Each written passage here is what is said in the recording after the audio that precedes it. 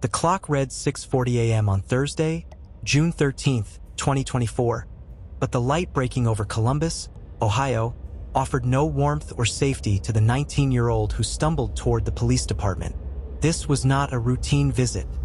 This was a flight of desperation. Brooke Devinney, visibly beaten and reeling from shock, had just escaped the vehicle of her on-again, off-again boyfriend, 23-year-old Devon Blair. She didn't walk into the precinct lobby. She found an officer in the parking lot, her urgency overriding any sense of decorum. What she reported to the authorities that morning was a level of violence that had crossed a terrifying threshold, marking the beginning of a final, tragic countdown. For more true crime stories like this, hit the subscribe button. Brooke detailed the argument that had erupted moments before, contained within the confines of her own car. The dispute had centered around a simple maneuver, an exit ramp on a highway. According to Brooke's statement, Blair had delivered a chilling preemptive warning, ordering her not to take a specific exit. When she defied the command and moved to leave the highway, the situation instantly became explosive. Blair, acting on his threat, violently punched Brooke repeatedly. The focus of the assault was her head and face, specifically impacting her right eye. However, the attack quickly escalated beyond bare fists. In a chilling moment of raw threat, Blair grabbed an object from the car's interior, a can of automotive cleaning fluid, and raised it, promising to bash her skull in. The terrifying realization for Brooke was that this was not merely a loss of temper. It was a deliberate, controlled act of menace intended to subjugate and terrify. The sheer terror of the encounter was enough to propel her to seek immediate police intervention, setting in motion a brief, critical window where the law had a chance to intervene. The police report filed that morning immediately flagged Blair as a suspect with a demonstrable history of violent conduct against Brooke. This June 13th incident was not an isolated flare-up, but the latest, most brutal chapter in an ongoing pattern of abuse. To understand the gravity of the threat Brooke faced, investigators had to look back only 6 months to a previous incident that had led to Blair's entry into the criminal justice system. On December 28, 2023, the violence had been less public but equally savage. Court records meticulously documented the details of that winter day. Brooke had been preparing to leave their shared residence for an appointment, an independent act that triggered Blair's rage. His reaction was rooted in possessiveness, extending even to the gifts he had given her. According to the documents, Blair initiated a shocking act of public humiliation and control. He forced Brooke to strip entirely out of the clothing he had purchased for her as a Christmas gift. He left her completely naked and exposed outside, a deliberate, psychological assault. When Brooke, in terror, fled toward the garage, attempting to reach the safety of her vehicle, Blair pursued her. He reacted to her attempted escape by viciously destroying her property, battering the windshield of her car until the glass shattered. The physical assault that followed was savage and prolonged. After vandalizing the vehicle, Blair armed himself with a knife, introducing a deadly weapon into the encounter. He then physically overpowered Brooke, punching her repeatedly and dragging her by her hair into the house. During the beating, he employed a tactic that is a known predictor of fatal domestic violence. He applied a chokehold, cutting off her airway and rendering her helpless. According to the court documents, during this act of strangulation, Blair explicitly threatened to end her life. This incident resulted in a charge of felony domestic violence, to which Blair would eventually enter a guilty plea. This pivotal moment, where strangulation and explicit death threats were logged in the public record, was the final, unmistakable warning sign the justice system would receive. For more true crime stories like this, hit the subscribe button. Following the plea for the December assault, the case moved into the critical phase of pre-sentencing. The date for Blair's sentencing was already set for July 22, 2024. Before that date, prosecutors, recognizing the extreme danger Blair posed, advocated forcefully for him to remain incarcerated. Their argument was simple and devastating. A defendant who had demonstrated a willingness to use deadly force, including the highly lethal act of strangulation, and who had threatened a witness/victim's life, could not be trusted to remain free pending sentencing. The pattern of behavior confirmed the escalating risk. Blair was not just a domestic abuser. He was an individual who had demonstrated contempt for Brooke's safety and, later, contempt for the law itself. In a separate, but related, criminal proceeding stemming from the December incident, Blair's apprehension by law enforcement had been violently resisted. Records showed that during that initial arrest, Blair had physically assaulted police officers, biting and punching them, resulting in additional charges. This established pattern, extreme violence against Brooke, followed by extreme violence against police, should have locked the door on his freedom. Yet, despite the specific, urgent warnings from the prosecution and his own proven violence against authority, the judicial system made a different calculation. This decision would prove to be the most critical and ultimately tragic point in the entire case. The fate of Brooke and her unborn child rested on the decision of Franklin County Judge Michael Holbrook. In open court, the judge heard the evidence of strangulation, the threats, and the charges. Yet, in what would be widely reported as an incomprehensible act of judicial leniency, the judge agreed to release Devon Blair. The mechanism for his release was a $10,000 recognizance bond. This type of bond required no upfront payment from the defendant, effectively granting him freedom on a mere promise to appear. The conditions of his release were standard but essential. Blair was ordered to wear an electronic ankle monitor and, critically, to stay away from Brooke Devinney. As he stood free, looking at the man whose violence was now a matter of public record, Judge Holbrook delivered a statement that would forever haunt the records of the Franklin County Court. In an act of personal, perhaps misguided, faith in the defendant, he reportedly told Blair, "I'm taking a chance. Don't disappoint me." The gamble was set. Devon Blair walked out of custody. The date for his sentencing remained July 22nd. The date for his next confrontation with Brooke would come far, far sooner, proving in the most catastrophic way possible that the chance the judge had taken was not his alone to risk. The inevitable violence had already been logged on the police report from June 13th. Just 3 days later, on June 16th, an urgent text message to 911 from a frantic family member would confirm the judge's fatal miscalculation. Blair had violated the terms of his release, returned to the family home, and the assault he began this time would not end with Brooke rushing to a parking lot for help.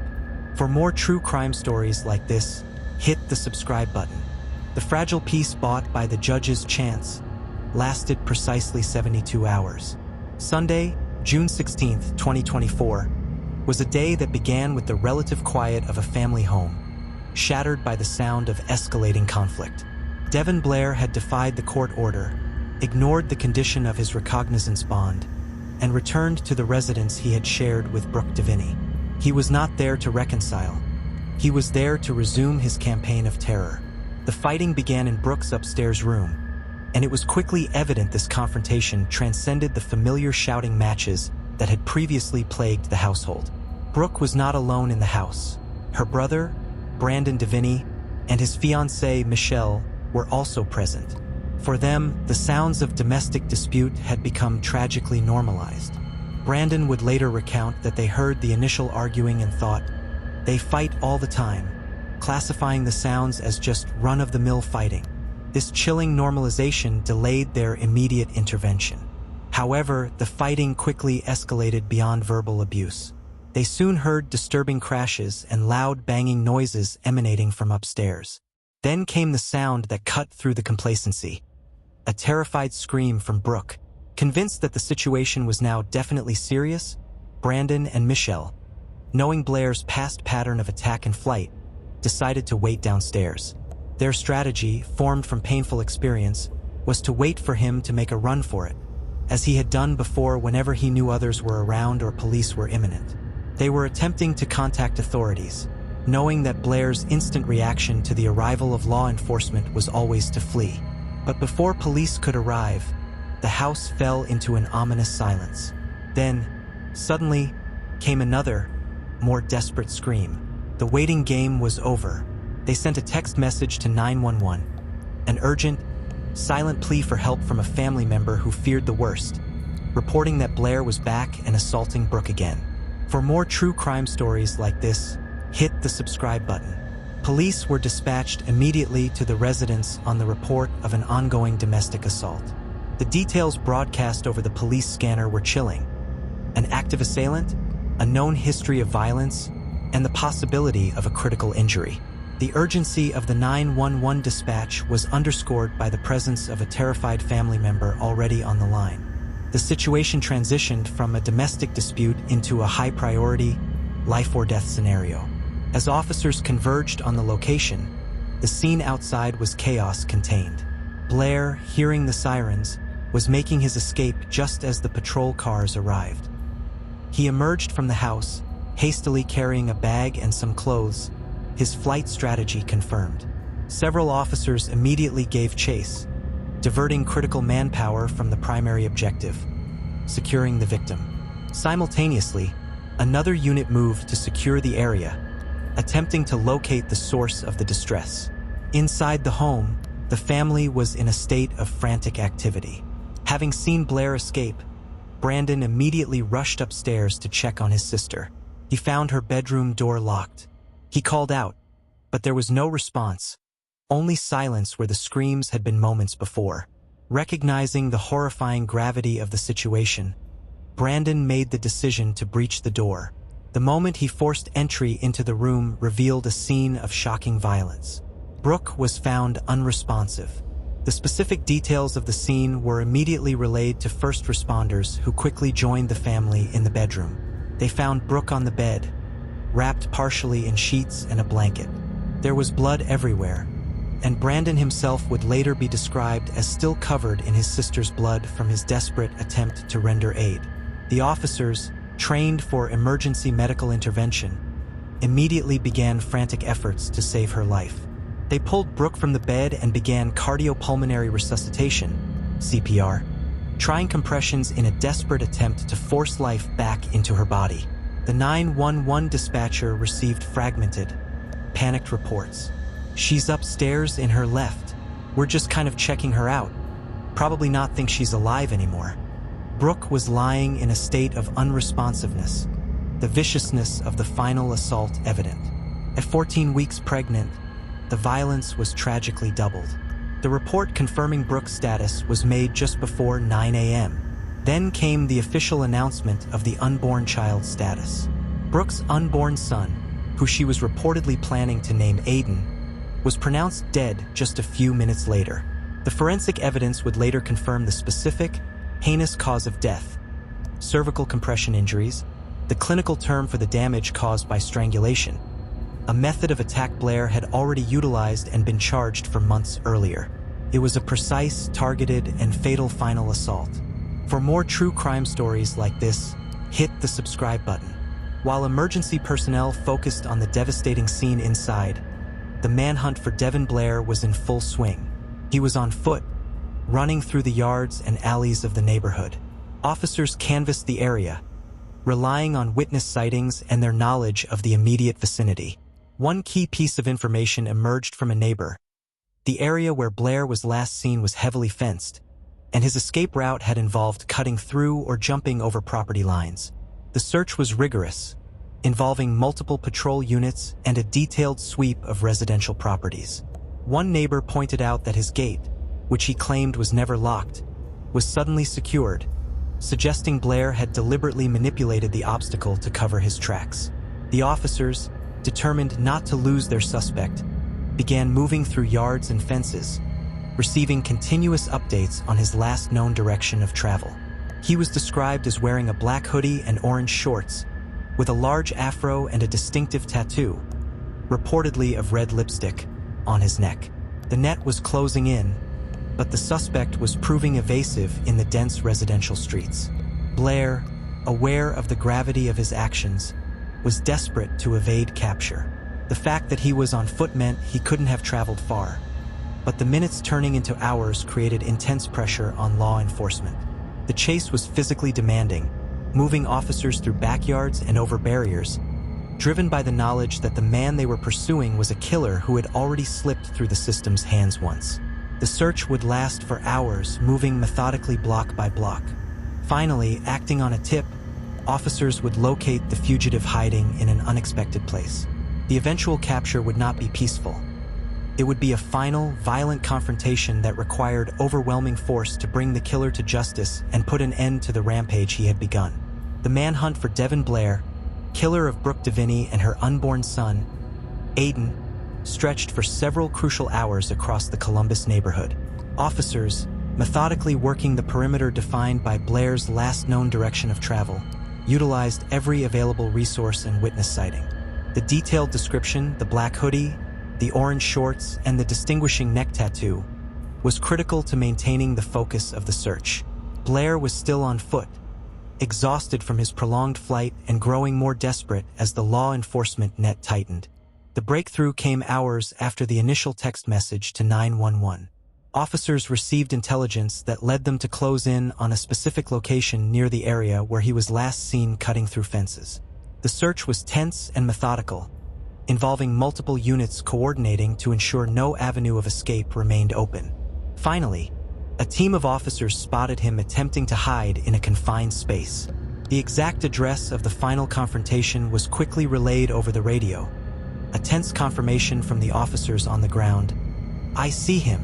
The officers, well aware of Blair's history of violence against police, stemming from the prior December incident where he had bitten and punched arresting deputies, approached the capture with extreme caution and overwhelming force. They knew they were dealing with an individual who was not only charged with a capital offense, but who had repeatedly shown contempt for authority and a willingness to fight. For more true crime stories like this, hit the subscribe button. The audio recording of the arrest captured the intense, chaotic confrontation.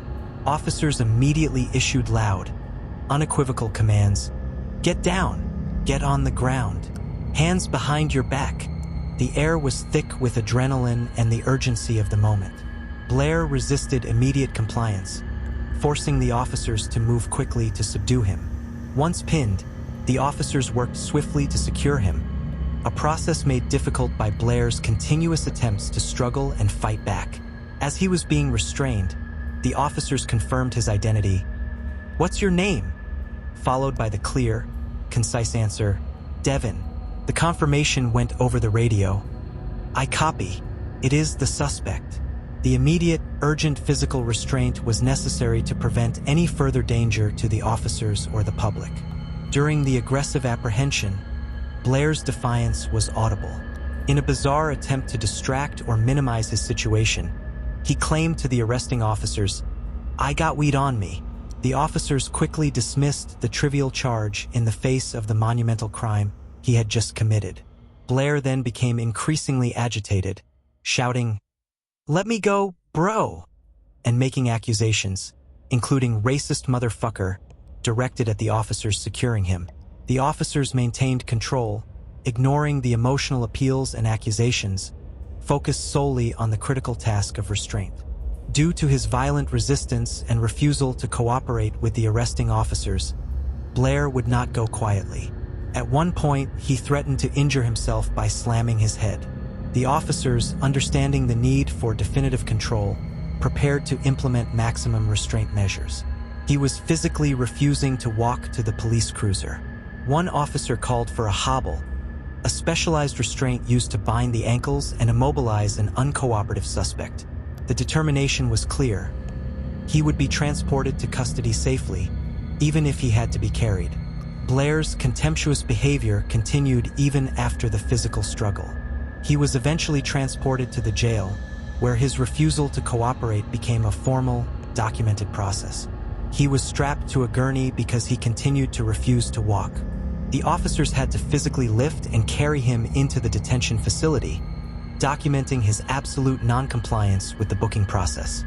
The recorded struggle was a testament to his continued defiance, setting the tone for his entire time in custody. The legal process moved with speed, driven by the egregious nature of the crime and Blair's multiple violations of his bond. Just 2 days after his capture, on Tuesday, June 18th, Devon Blair appeared virtually for his bond hearing before a judge. This was a critical step to ensure that the killer would not, under any circumstance, be released back into the community, a profound correction of the disastrous leniency shown just days earlier. This time, the case was handled by Judge Jim O'Grady, who was tasked with resetting the bond conditions.